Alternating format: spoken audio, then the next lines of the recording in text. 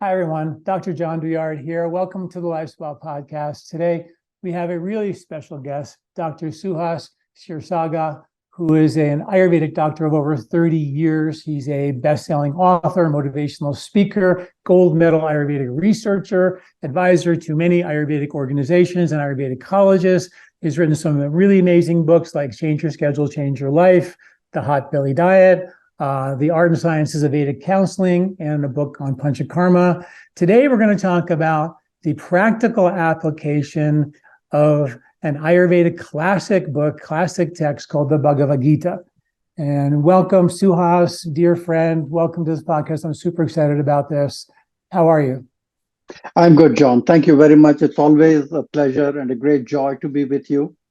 I greatly respect your dedication, devotion, and commitment to Vedic sciences. And you have made it a mission of your life to blend ancient wisdom with modern science. And every time you talk about and how you blend these things together, it's literally music to our ears.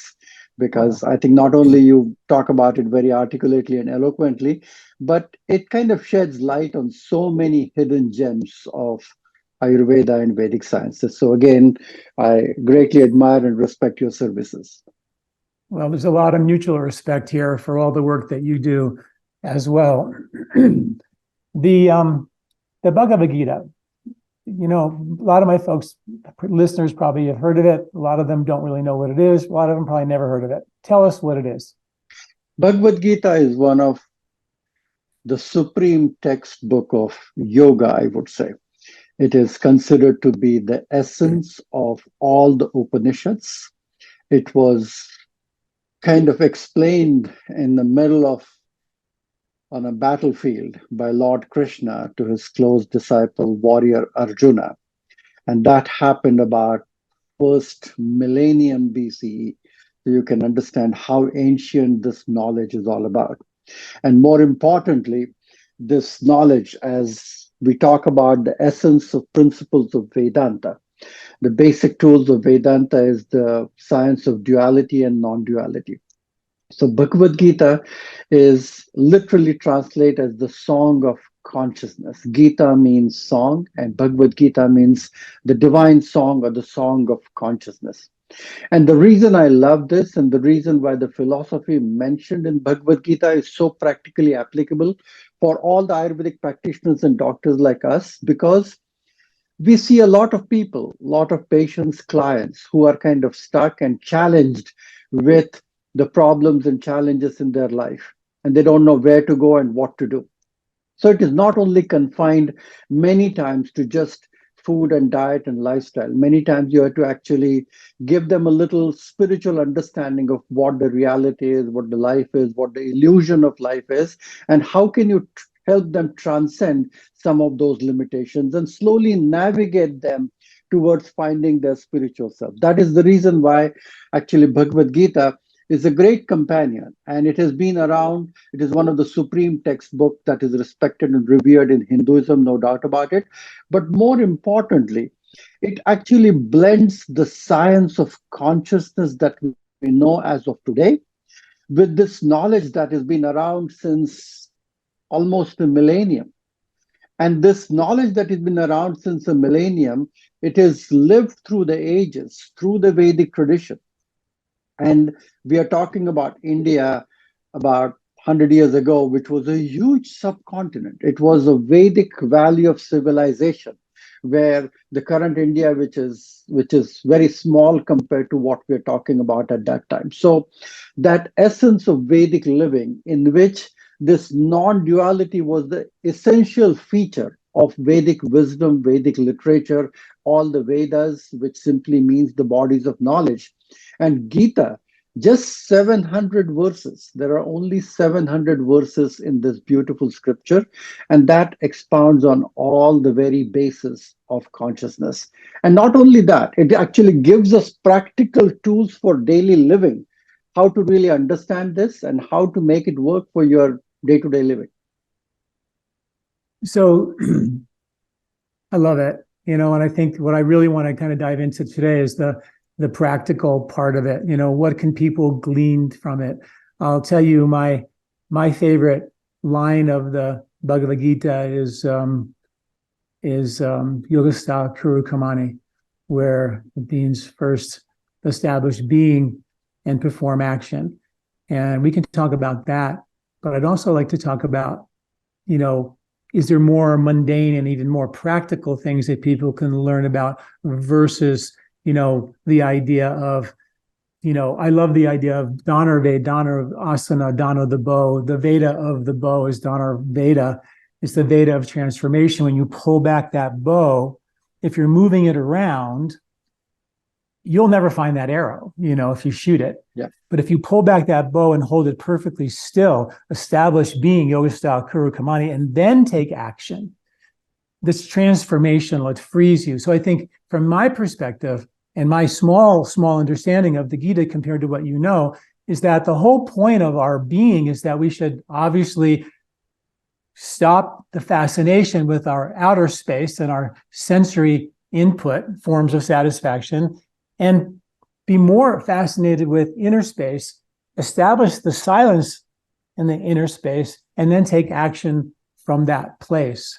I'd love for you to expand on that because I think it's something that, like you said, in our daily life, all the problems people have is probably because their satisfaction and their happiness all comes from things happening outside of them, as opposed to them finding the actual joy and the love and the peace that resides inside of all of us all the time.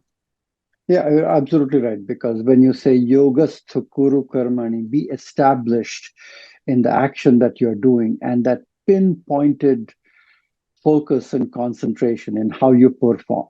Yoga karmasu kaushalam, also from Bhagavad Gita, where yoga means skill in action.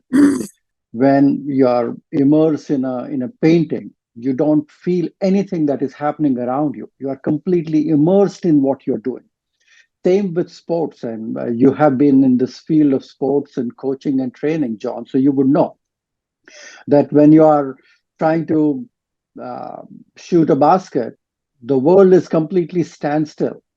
It's all fluid, it's all flow. It's just your action is so fluid in the motion, and what you're looking is the rim, and you're shooting up there. So that concentration, focus, and that effortless skill comes from that transcendent sense, from the inner field of silence where the dynamism comes out.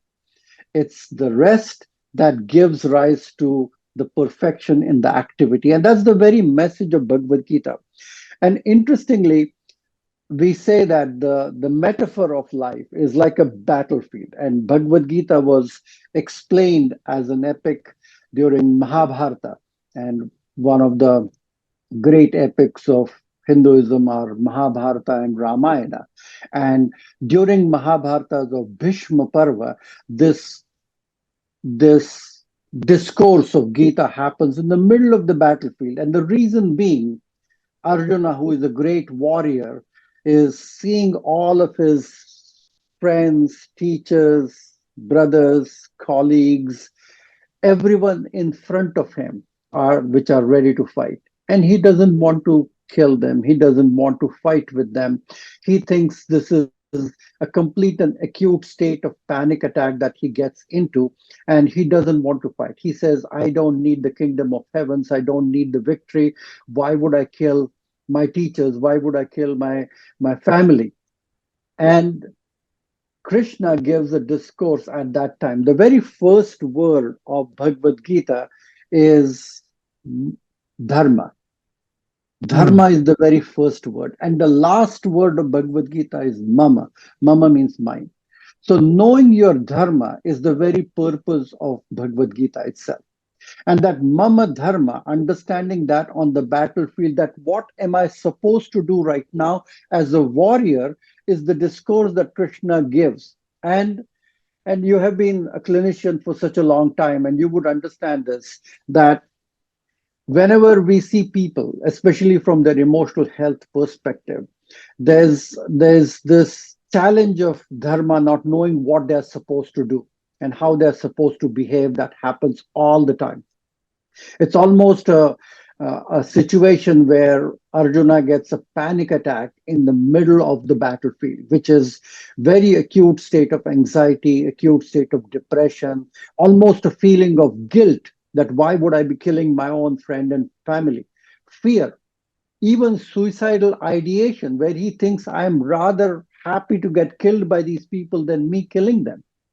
And imagine Krishna as a counselor and Arjuna as someone who is his patient. And the relationship is so beautiful and so metaphorical. We wrote a book with Vamdev Shastri, David Frawley, The Art and Science of Vedic Counseling. So this relationship between the healer and the healing and the therapist, Lord Krishna, knew everything about his client, his patient, Arjuna. He knew all of his PTSD because they lost their kingdom with gambling. And then they were insulted, humiliated, were sent off to forest for 14 years into exile. And so many humiliating experiences were trapped into those sense of PTSD. And as a guru shishya, means as a patient who believes in their doctor or therapist, uses so many multimodality approaches on the battlefield, all the 18 chapters of Bhagavad Gita. It's as if that every template that we use in modern psychotherapy were used at that time. We used the cognitive therapy, we use the cognitive rational behavioral therapy, we use rewards, motivation, self-empowerment, devotion, even hypnosis.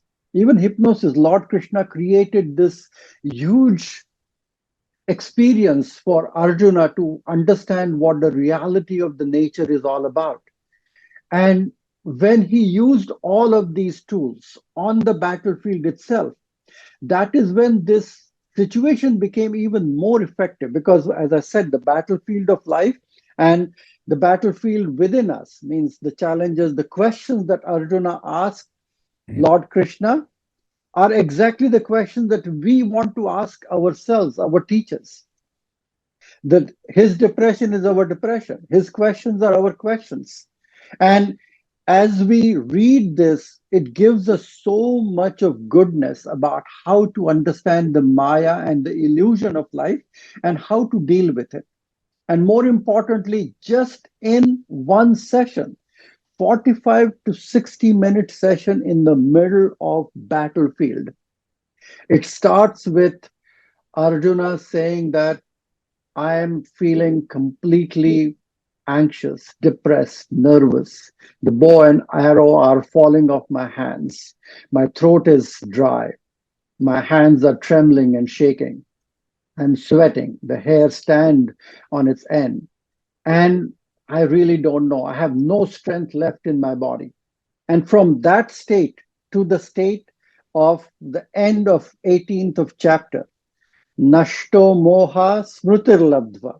All the clouds have cleared. I have regained the memory of the wholeness. And then Gata Sandeha Karishe Vachanam Tava. All my doubts have cleared and just tell me what to do and I will do it because I know the action is more important than inaction. So from chapter 1 to chapter 18, it creates the journey of enlightenment. It creates the journey of self-realization. And if Lord Krishna can do that on a battlefield, we as healer, we as Ayurvedic practitioners, we need to do that with our patients, our clients, giving them the tools. And that's the reason why Bhagavad Gita is called as the supreme textbook of yoga.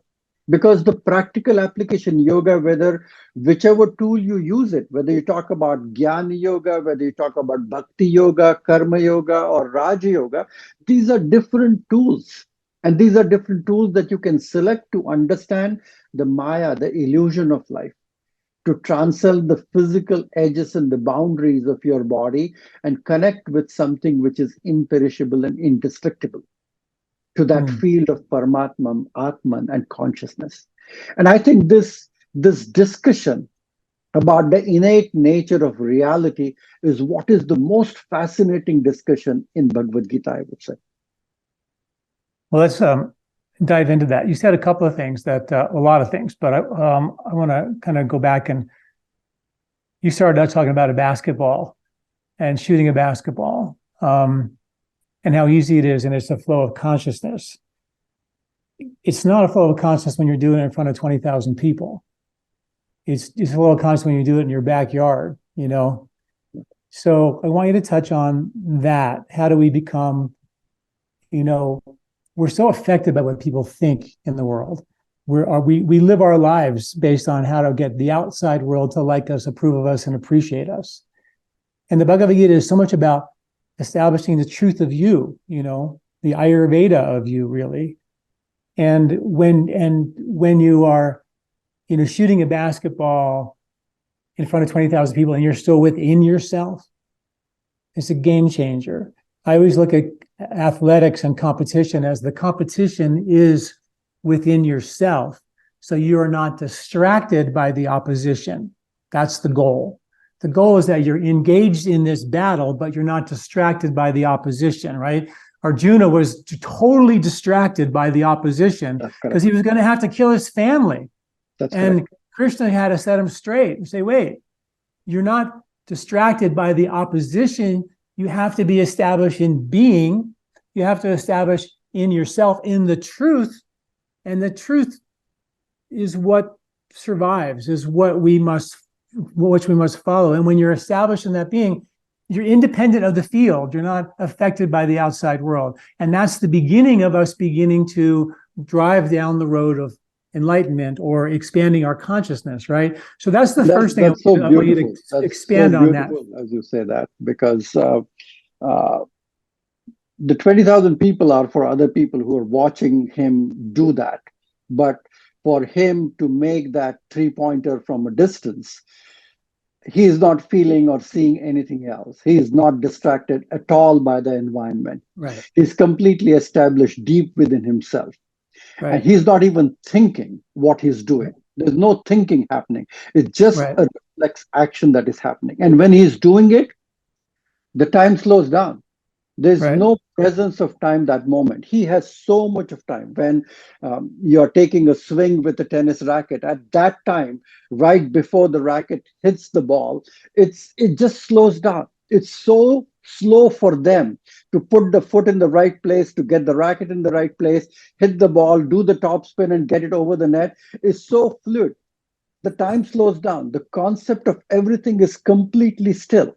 And there's so much of clarity there that you don't see the impact, and even you don't worry about the results, whether it's going to go in or not, because it's going to happen so fluidly that many times, and I watch these people like Steph Curry do that, he doesn't even look at whether it's going in. He shoots it and turns around because he knows that it's gone in. As soon as it's done, your body knows that the execution has happened. And that's very beautiful, as you said, because from the level of consciousness, the mind, the senses, the physical nature is a distraction to the world, what is happening. And that is what created the depression. That is what created the anxiety. That is what created the confusion. And as soon as he got established, and one of the beautiful thing in the 15th chapter, Krishna says that just don't know the field. Be the knower of the field. The field is the body. You're stuck in the body. But as you become the knower, the kshetrajna, so you know the kshetra, which is the body, and kshetrajna is the knower of the field. Because one of the biggest fear, right? F-E-A-R, fear. It's in the 15th chapter, Kshetra, Kshetrajna Yoga. It says that the body is the field, but don't worry about the field. Be the knower of the field. And once you become the knower of the field, then this fear of death, dying, everything goes away. Even the mission statement of Ayurveda is Ayurveda Amritanam. Ayurveda for immortality, for God's sake. A medical science whose mission statement is Ayurveda for immortality is something that inconceivable. And so that knowledge that body is temporary, soul is permanent, is the core message of Bhagavad Gita. And we create so much of difficulties and challenge of failures, not getting what we want, getting angry, getting depressed, all primitive emotions. that keeps us creating. And as you know, that these are not just emotions, they become physical diseases. We know the cascade of autoimmune imbalances. We know what depression can affect physical conditions.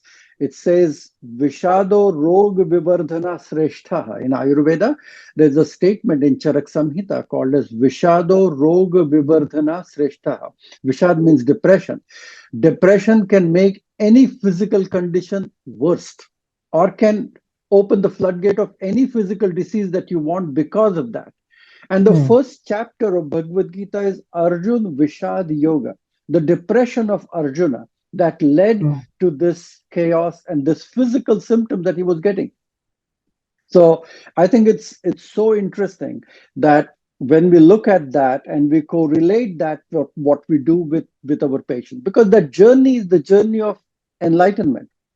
Ayurvedic sessions of you sitting together with people talking about yoga, Ayurveda, meditation, of course, food and diet, which is leading them to more of a sattvic way of living, more enlightened way of living, is what Ayurveda is all about. And slowly helping them to transcend the illusion of the qualias. Because Ayurveda is nothing but the science of qualities and experience. That's what it is. Understanding the qualities and selecting those qualities as per who you are. So whether you are a Vata Pitta Kapha person, or you eat heavy, you become heavy. You eat something hot, it creates heating qualities in the body. So it just knowing the qualities and selecting the qualities is the very message of Ayurveda. That's number one. And then the physical qualities and the subtle qualias and certain qualias, how you adjust into your living, is what is the health conscious, mindful way of living, how you style your life. The Veda of Ayu, the Veda of Ayush, the knowledge of how to live.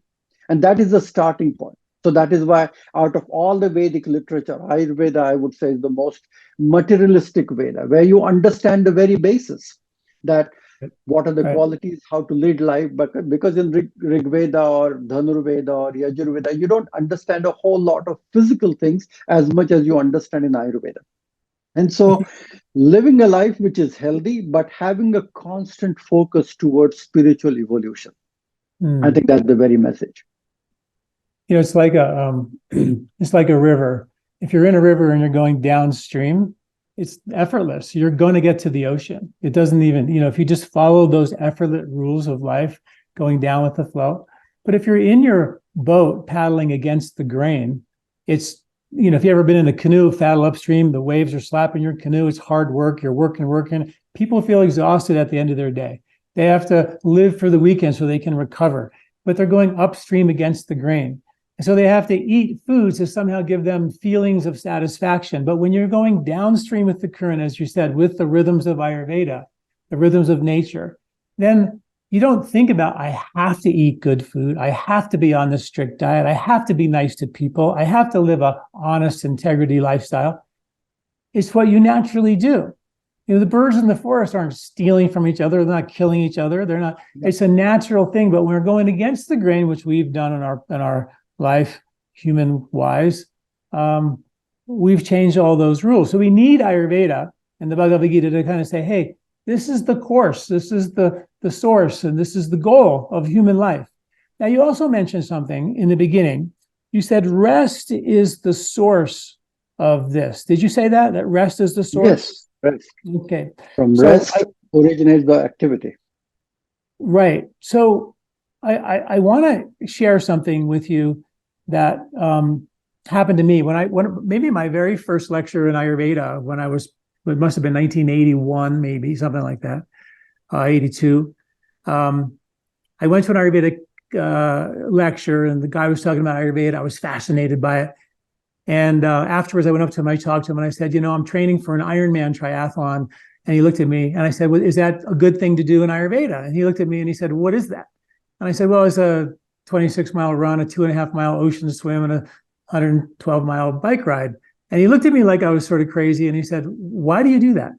And I had no idea. I had no answer. No one ever asked me that question. And I was sort of hemming and hawing, and he looked at me, And he said, do you meditate? And I said, yeah, I do meditate every day. I've been meditating since I was 17 and I love it. And he looked at me again like I was sort of a nut. And he said, do you sleep while you meditate? And I said, deep sleep. I get the deepest possible sleep. You know, I love it. I go meditate and I conk out. Then I wake up, do my homework and that kind of thing. And he looked at me again like I was sort of an idiot. And he said, meditation is not sleep. It's different. Meditation is just what you said. It's rest is the source of activity. You have to establish this feelings of restful activity. And my point here is that I think no one knows how exhausted you are. I didn't think I was exhausted. I was running triathlons, feeling more energy than I ever had in my life. So I said to him, I said, does that mean that I can run these Ironman triathlons if I can not sleep during my meditation? Then it will be okay. And he looked at me and he said, oh yeah, sure. You know, I think he just wanted to get rid of me. But I was like, and he said, yes. And I was like, okay, I'm going to do that. So I started meditating more. I started going on weekend meditation retreats. I went on a 2-week meditation retreat and my life changed. I went from true stories of my Body, Mind, Sport book is the last chapter called Jet Fuel, tells the whole story. But I went from being a mediocre, good triathlete to being a competitive triathlete, placing in many events, you know, and this was in the South Bay in California, competing against the best in the world, in the country at that time. That was early days of triathlon. And so many other things happened to me. Not only did I feel completely invincible running and swimming and biking, but I felt invincible in my work, in my studies, in my schoolwork, in my clinic. I was like I felt like someone gave me a drug that gave me this invincible ability where I could not get fatigued. I was in the eye of the storm, and the bigger the calm I created, the more powerful winds I was able to support. And that's why I fell in love with the Bhagavad Gita, because it's like yoga style Kurukamani, establish that eye of the storm inside of you. It's there waiting for you. And then slowly build the wind around that storm. So you're a fully mature hurricane with that ability to be incredibly dynamically active in any aspect of your life, but inside perfectly calm. You're not affected by the tree trunks and the Winnebagos flying around you that could kill you. You're invincible. You're independent of the field. You're not in the stress. And so I think that point that you made, that rest is such a key part of this. I want you to expand on, because I don't think people get that. We just go in our country and our culture, and no other culture in the history of the world does this. You know, right? In India, even now, India is a hustle bustle place, but at the same time, it's totally peaceful, right? Yeah. Help us understand that. I think it's a very beautiful concept that you brought it up, because what you're talking about is when you became in contact with your quantum body, your physical body was able to perform.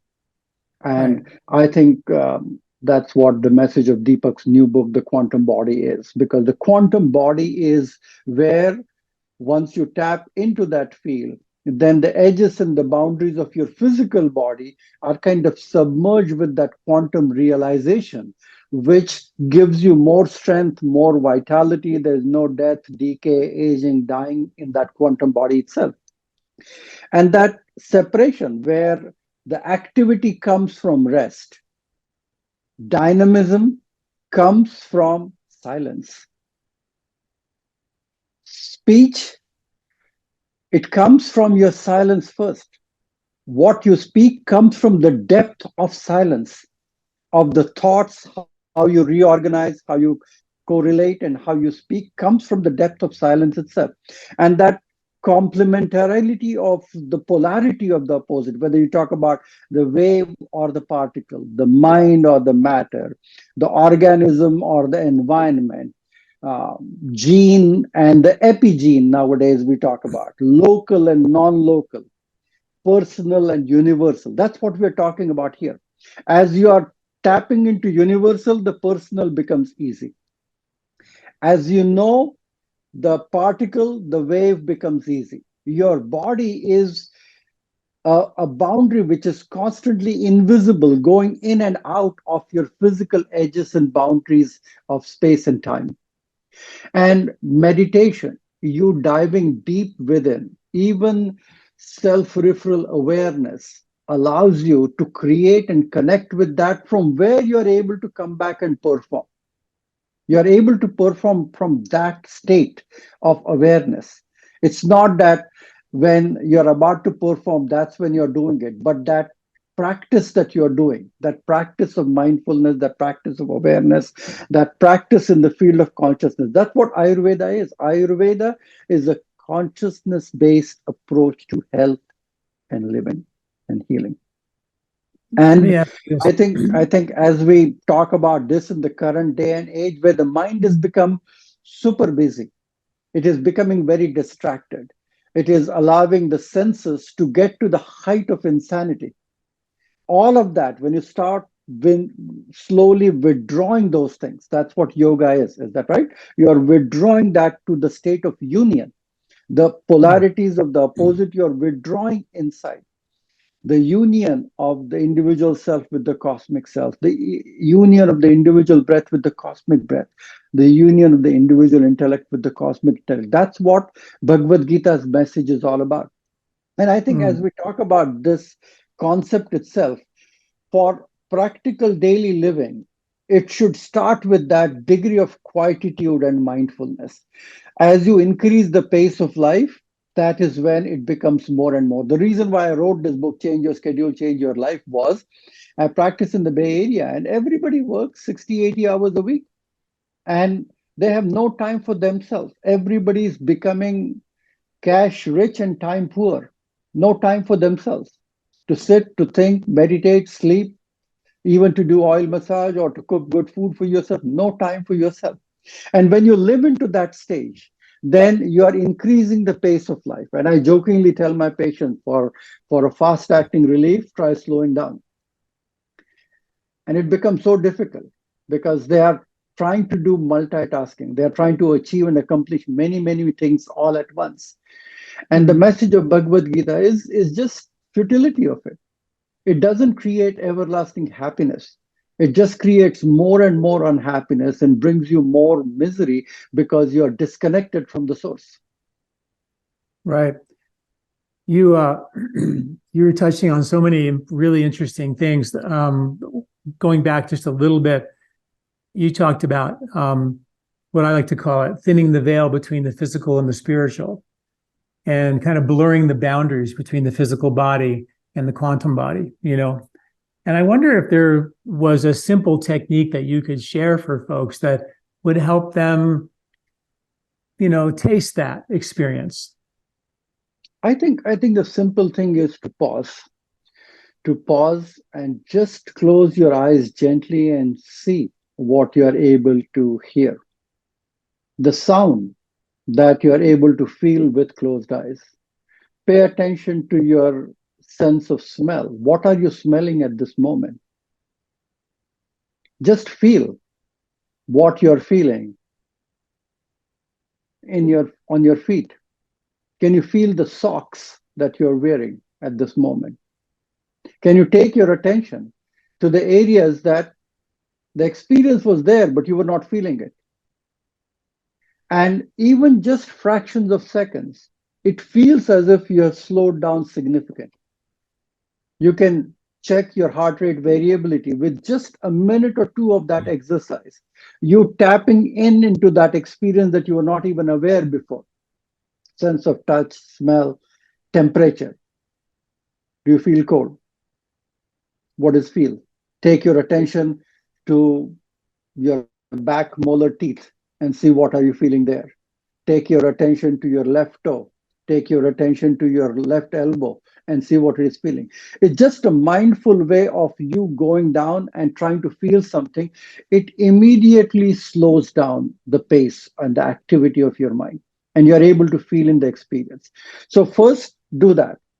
Then, in order to calibrate it and take it even further, just consciously take few deep breaths. Just breathe in nice and deep, hold it for a few seconds, release.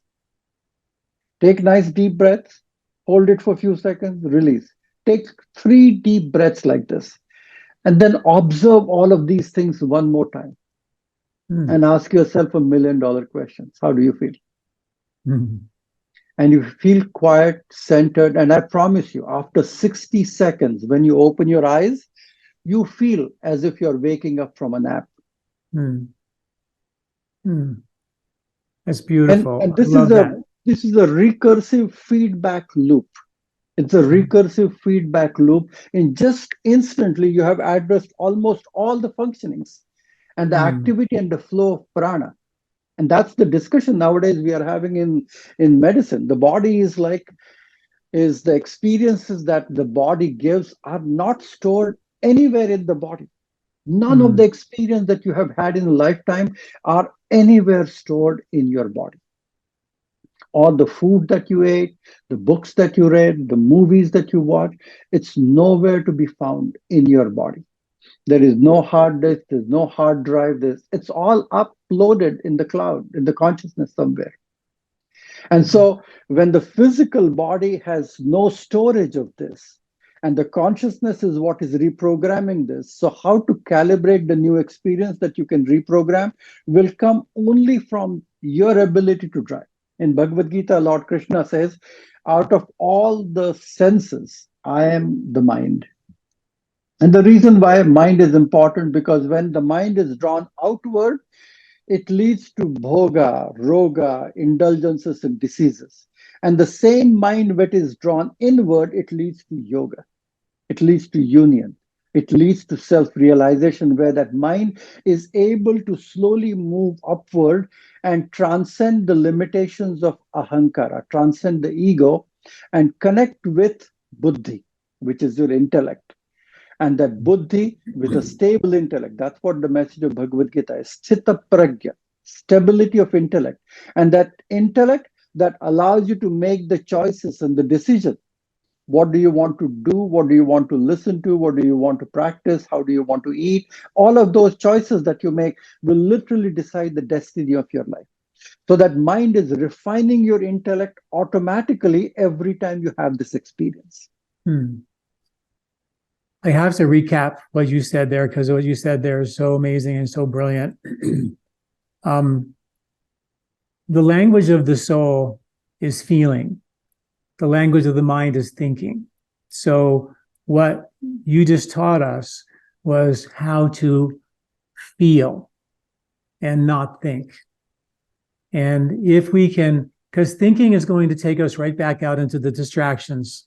But when you start to facilitate the neural patterns, pathways of feeling through your senses, whether you call it pratyahara or whether you call it yoga nidra, or whether you just do what you just said to do, which was a beautiful version of learning how to feel.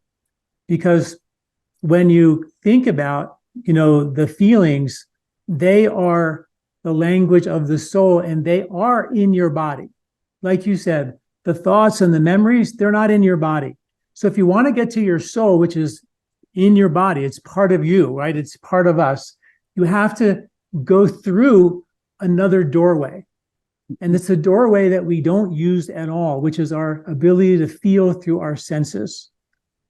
And so I thank you for that. That was so beautiful that people can practice exactly what you just did and start learning that language of feeling, the language of the soul. And if a thought comes, just know that that's your mind trying to, grab the reins again and just let it go and go back to your feeling and keep facilitating an ability to feel through your senses. That is step one, really, in trying to get out of our head, which is so beautiful. I love that.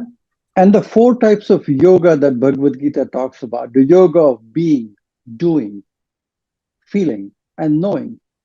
That's what it is all about. Being, feeling, doing, and knowing. The yoga of being is the Raj Yoga. The yoga of doing is the Karma Yoga. The yoga of feeling is Bhakti Yoga. The yoga of knowing is Raj Yoga, Gyan Yoga. So when you talk about Jnana Yoga, Bhakti Yoga, Karma Yoga, and Raj Yoga, are the different paths that take you there. And as a therapist, Lord Krishna gives you all the options. Either you just surrender to me and worship me in this form, or understand with faith and devotion and personify me as an archetype and then worship me, whether it's Ganesha, Krishna, God, Jesus, Mary, whatever it is, that personification takes you towards a sattvic mode of thinking, prayer, faith, devotion, or do selfless action, seva, karma yoga, nishkam karma yoga, doing actions without anticipating the fruits of your actions, or intellectualizes, try to decode and understand the Sankhya Yoga, the enumeration, what Purusha is, what Prakriti is, how the universe functions, what are the laws of nature and the universe, how to know the field. You can literally split hair. And there are darshanas, there are point of views in Vedic metaphysical traditions have decoded this from so many different perspectives. Those are all the paths that we talk about of Raj Yoga. And the Gyan Yoga is try to connect with yourself. Don't go outward, just go inward and connect to the body of knowledge, just the state of knowingness where everything will come to you. You will have realization from where you will know exactly how it works. You don't have to go out. And I think that is what the current challenge is in so many scientific world, where we talk about objects referral versus subject referral. So the object referral is we are trying to go out, we are trying to measure something. The word Maya also means measurement, by the way. So every time you measure, we are still stuck in the matter. We are not able to tap into the field of consciousness from that. So having that metaphysical experience, I think Bhagavad Gita is the very template. It's the supreme textbook to guide you to select the right kind of tools. And it gives you actual action items: how to lead a sattvic life, how to meditate, where to sit, how to practice meditation, what to focus on, what to realize, what are the company of wise, how to identify those things with from non-duality to the degree of monism, how to lead yourself to moksha, to enlightenment and self-realization itself. So these are so many beautiful facets. And Lord Krishna is like an eminent teacher who actually tells you things from so many different perspectives, from so many different avenues, and keeps on repeating those in every chapters. Understanding the pulsating wholeness that is the very fabric of this creation, and the potentiality through which you manifest anything and everything. You are never born, you are never gone. And how to live in harmony with your nature, how to know your dharma and do your action in accordance with your dharma, more importantly. How to discipline yourself, how to practice your sadhana, how to do activities which slowly take you towards vairagya or detachment. You can't be a renunciate in a lifetime totally, but at least minimize the clutter as much as you can. Be as aware, jagrat, awake, self-aware. Practice contemplation. Try to restore balance in everything that you do. Don't go overboard, because one of the beautiful shloka, practically from health perspective in Bhagavad Gita, is Lord Krishna says, Yukta ahar viharasya, yukta cheshtasya karmasu, yukta swapnava bodhasya, yogo bhavati dukkha. Eat the right foods at the right time, go to bed at the right time, wake up at the right time, make sure your actions are balanced and you're not overusing, misusing, or abusing your senses. And when you lead these things in a balanced diet and lifestyle, that is the yoga that alleviates all causes of suffering. As simple as that. It's like a formula given within itself. And what we know right now with the science of chronobiology, chronopharmacology, the science of dietetics, nutrition, you have done tremendous work in the field of nutrition. Until and unless people become self-referral and self-aware and make those choices effortlessly and makes a habit of eating this way, thinking this way, and behaving this way, health doesn't happen. You mentioned, karma yoga, bhakti yoga, jnana yoga, raj yoga. Do people sort of have to do all of them, or can you just do one of them? How does that work? And how would you choose? How would you choose? Well, means there are different likes of people. That is the innate nature, the gunas that people are drawn to. Is that right? So there are people who can be drawn to a lot of philosophical, metaphysical understanding, abstract knowledge. By nature, they are drawn to that. Some people want something tangible. There are different modes that how people learn. Is that right? Mm. People learn by watching, going to a teacher, and things like that. So there are different strokes for different folks, as I would say.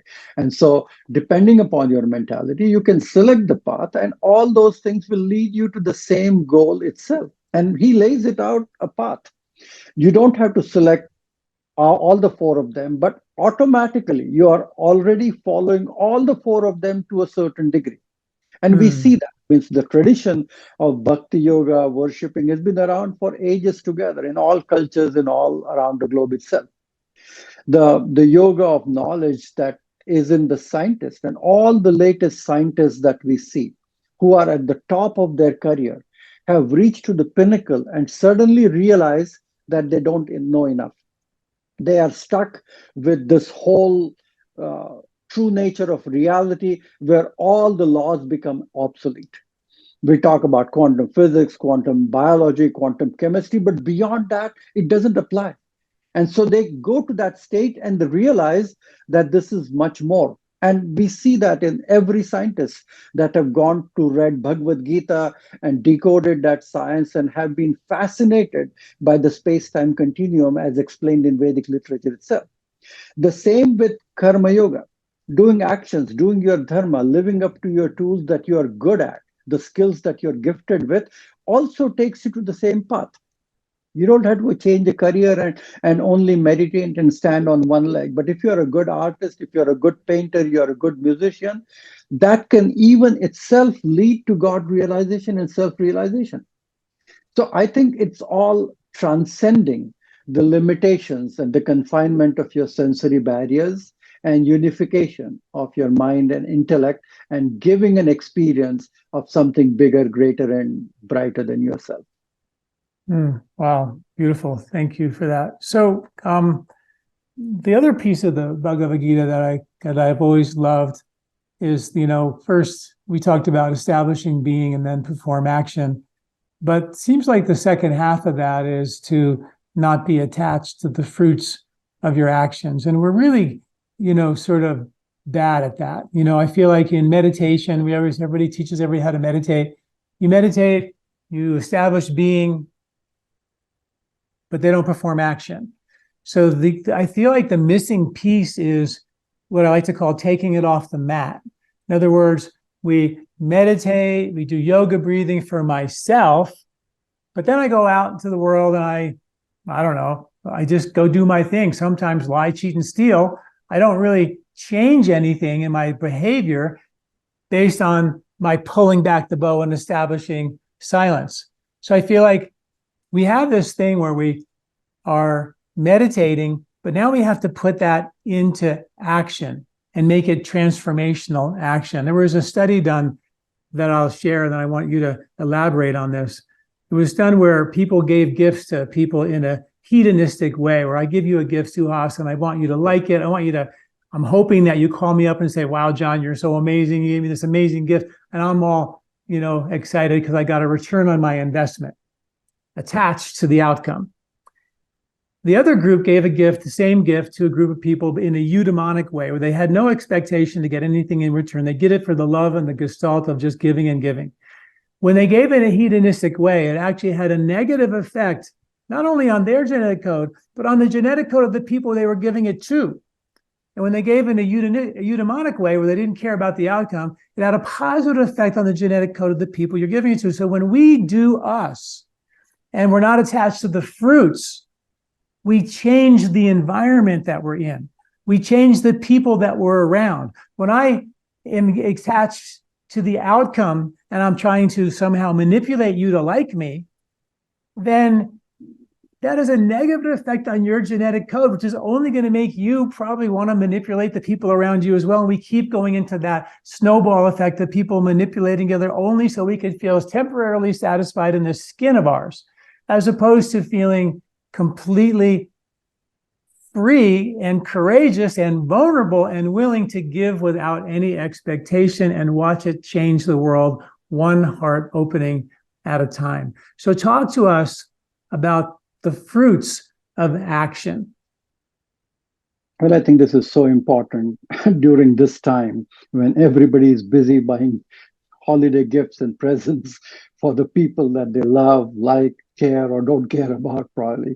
And so many times we see that the winter blues, the cause of that is also the season of presents and the gift of giving sometimes.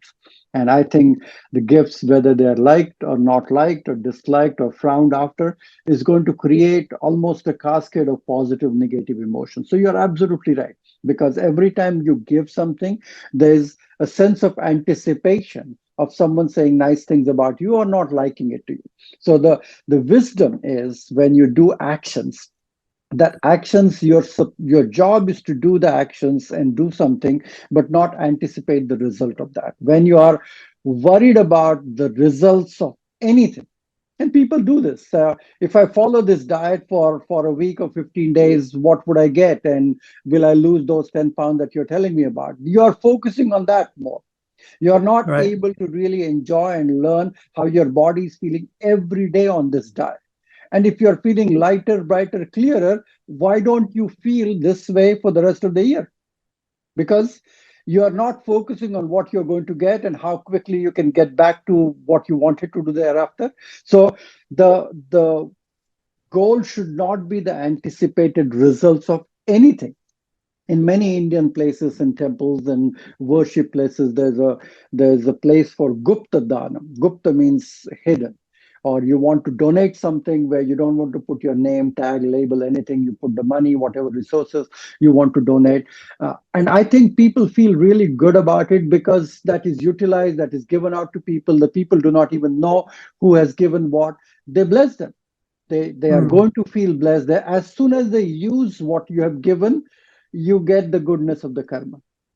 But when you are anticipating that my name should be on this wall, or I should donate this department to this college campus with my name on it, then that becomes tainted.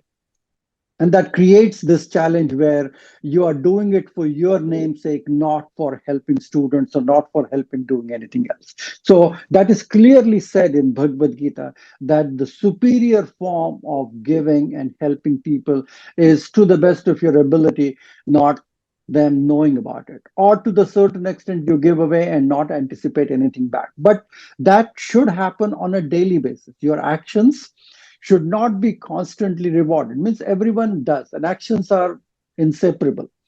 The first thing that you were born, as you start taking a breath, the action started. That is happening all the time. There's hardly a moment where you're not doing some kind of an act in your body. But we think the act means me going from point A to point B is an act. So the act is happening. Karmanye vadhikaraste ma phaleshu kadachana. What you are responsible for is only how you do and perform action. You are not at all responsible for the outcome of your actions to a greater extent. And we see that all the time. And the moment you keep on thinking about the outcome of those actions, then something that is which is beyond your purview, then you start hurting yourself and hurting the people in return because of that. And I think the chaos that we see in the collective consciousness is because of those actions which are either hurtful or vindicative in some nature. Wow, that's such a beautiful thing. And I think what you said is so beautiful. Obviously, you can all see how brilliant Suhas is. He's just such a genius. And the idea of giving, so you don't have the return on investment, but also don't forget that study that said that when you're expecting something in return, on a subtle level, it has a negative effect on the people around you. So that's like a whole nother level of like, wow, like the Gita was so profound. It understood that, giving anonymously without me getting the recognition is so powerful for you, the giver, and the receiver, more powerful than the receiver. Because if I give an expectation, I'm actually in some way hurting the receiver, the person that I'm so-called trying to help, right? It's just amazing how the Gita and Ayurveda and yoga and the Veda, they drill so deep into the subtlety. And the more subtle something is, the more powerful. As you are talking about this, John, just sorry to interrupt you like this, but the seed of anger actually comes from that feeling that I did this to you and you did not respond, makes me angry. And the seed of anger comes from this. And we see even in the world of geopolitics that we did something to them and they did not respond. Instead of that, they hurt us with something, then we should go back and hurt them again. That is what happens.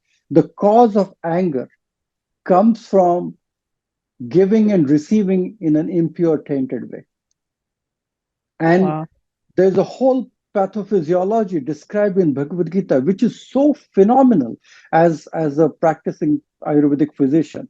It says, Dhyato Vishayan Pusaha Sangas Teshu Pajayate, Sangat Sanjayate Kamaha Kamat Krodho Vijayate, Krodhat Bhavati Sammoha Sammoha Smruti Vibhrama, Smruti Bhamshat Buddhinasho Buddhinashat Pranashati. When I'm constantly thinking and desiring of sensory objects to fulfill my desire, then I try to accumulate them. I try to keep on gathering those tools, what I keep on insatiable thirst for my senses. And then when I gather those things, then it becomes a holding of those things which I think I want, I don't want, things like that. And you keep on gathering things. If I have a house there, then I want a house on the island. If I have there, then I want something on the mountain. There's no end to that. And then one of those things gets dispossessed. What you call yours gets dispossessed. What you give doesn't get reciprocated, and you are dispossessed with the gratifying feeling. That makes you angry. That anger comes from that not getting fulfilled. Krodhat bhavati sammoha. That anger leads to sammoha, chaos, confusion, illusion, covering of your senses. You don't know what you're saying. You don't reciprocate properly. You just invade people. You talk bad about them because you're angry. You're upset. And once you have this destabilized intellect, when you're angry, then the choices that you make, the words you use, the actions you become, you create imbalances. It leads you on a self-destructive path. Buddhinashat pranashyati. And that's the beginning of the end. So it might look very benign thing, but one of the biggest thing is I'm trying to do some things and those people do not understand me, or they don't give me the goodness of what I'm trying to do to them. It happens with husband and wife. It happens with your own children. It happens between the countries. It happens to so many people in corporations, in workplaces and everything like that. It's the seed of emotion. And that's what Bhagavad Gita is all about. These emotions, they sound very benign, very gentle, very kind of not related to the hardcore of diseases, but that is the cause. Even in Ayurveda, it says the three causes of diseases are asatmendriyartha sanyog, which is improper conjunction of your sensory organs with the faculties, pragyaparad, and parinama, not respecting the time and doing the right thing at the right time. Those are the causes of diseases, which has nothing to do with good or bad food or poor lifestyle. It's all about how you create the cascade of those emotions that changes the very nature of your neuroendocrino psychoimmunology, and then you have a physical disease that you have no clue where it came from.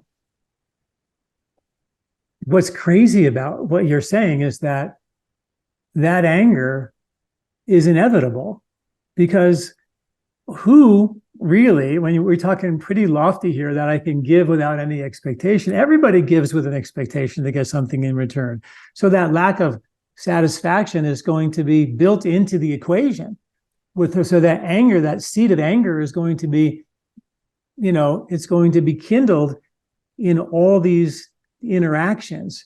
They did a study, I think it was 146 different countries. They went around the world and they had people give to other people who had money. They would give people money and they would give to money versus give money to other people or buy something for themselves, and they measured their happiness, right? And obviously the people, when they gave to others, they were more happy. But they went to the poorest countries in the world, and these people gave to other people from what they didn't even have. And even that made them happier than them going out and getting things for themselves. So even the poorest possible people had nothing to give. When they actually gave, they were happier than when they actually went to the market and got something for themselves, which they desperately needed. So even on that most fundamental level, it works. But we're so addicted to the outside world from childhood, when we manipulated our mom and dad to buy us toys, and then we created a whole culture to give us more toys. We're still doing it. And we're still addicted into that way. And that's what I think around this holiday season. It's a great time for us to think about, in starting the new year, how can we think about, how can I give without any expectation? How can I give in honest way? How can I give and care for people without wanting anything in return, just for the sake and the love of giving?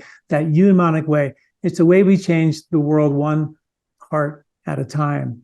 I want you to, maybe, we talked a lot about the Gita. Obviously, there's no way to touch on all of it. You're so brilliant. Is there anything left that we should talk about that people can take away in terms of their daily routine or their activity, or their things that they can do right away to start tapping into this most subtle, most profound part of ourselves?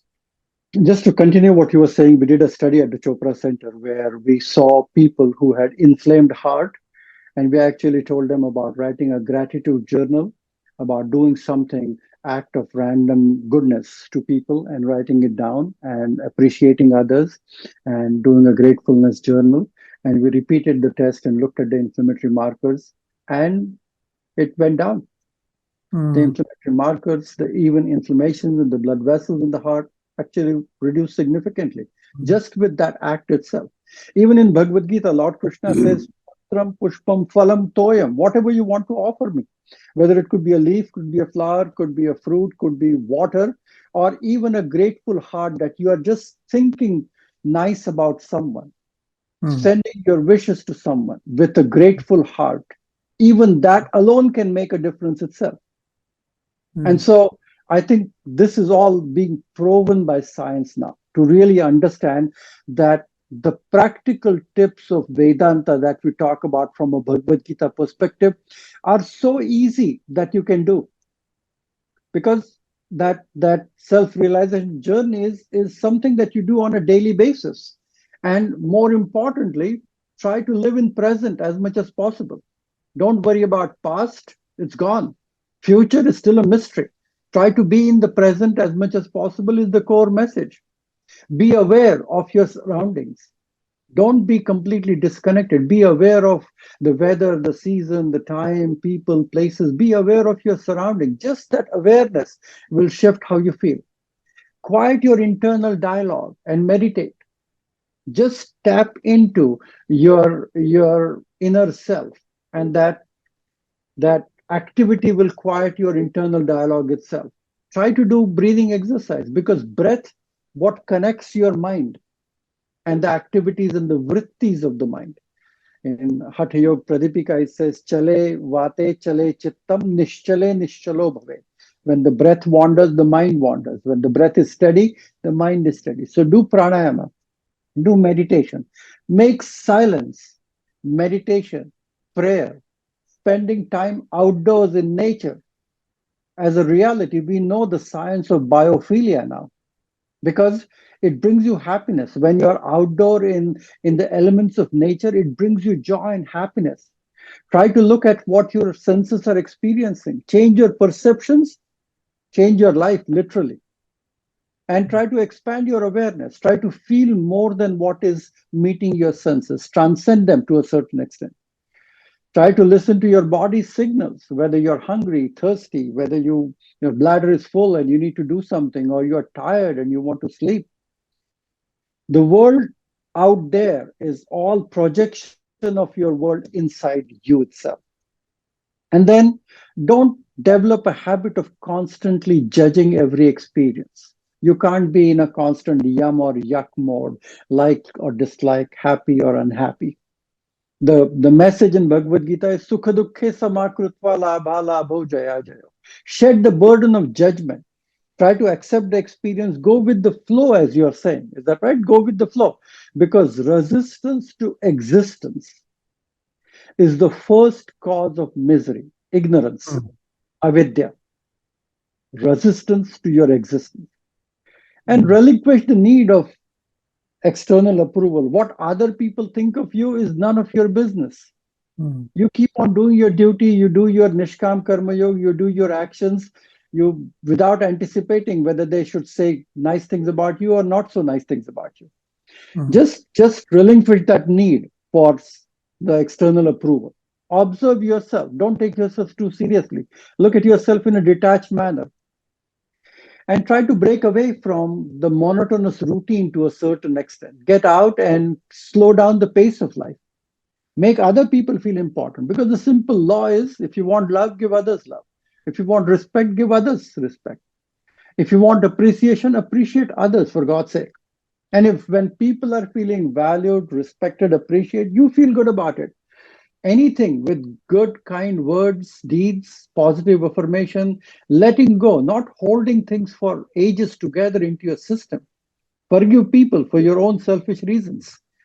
And more importantly, find your path, purpose, passion that makes you really happy, that really every cell of your body dances with joy.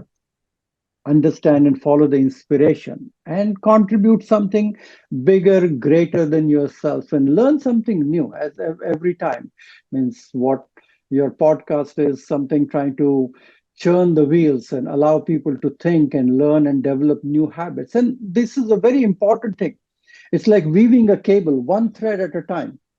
And that one thread becomes a cable, and that becomes very difficult to shift. If you cultivate that in a positive way, you cultivate positive habit that will change your life and your destiny. If you weave the same thread with ignorance and bad habits, then it's going to take you somewhere else. So what you're doing is phenomenal. Talking to all these experts, talking to all these people, and exposing so many people to think this way, so that they slowly adopt what they think that they can do, and it can transform their life. The purpose why we are teaching this course with me and Deepak, because there's so much of science, neuroscience about how Bhagavad Gita can apply, the science of self-management, the science of real consciousness, what we know, and how you can really understand those things for your practical daily living. This is what we are so excited to share. This is what we have been doing for God knows how many years now. But I think we are still very excited. We are still very happy. And this course that is starting in January, we are having 6 live webinars. Deepak has been talking about this for 4 decades now, 40 years, in so many different ways: books, courses, classes, webinars. And we're going to distill down with the reference of Bhagavad Gita itself. And I am sure that it will have so many practical nuggets for people to take. And even if you take 2% of what we're discussing in the course, it will change your life. That's powerful enough. Knowledge, there's no purifier than knowledge. How can people sign up for this course? And when does it start again?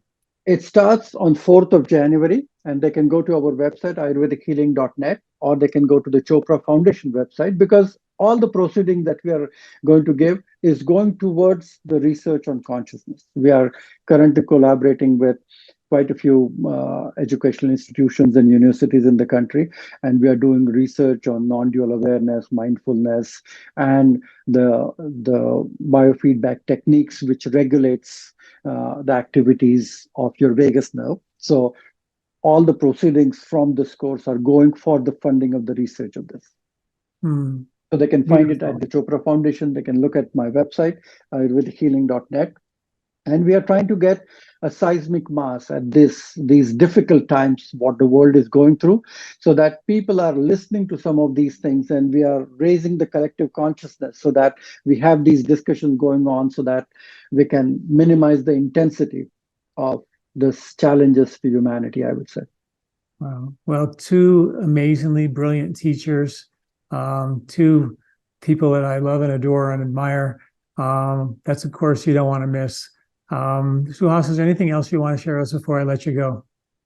No, thank you. Thank you, John. And as I said, that I really, really appreciate what you do on a daily basis.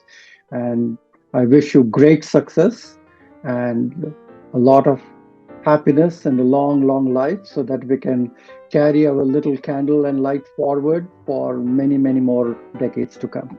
All the best. I look forward to spending many more years with you as my friend. We'll talk again soon. Thank you, Suhas. Take care. Thank you. Namaste. Do you like this video? Don't forget to subscribe and share.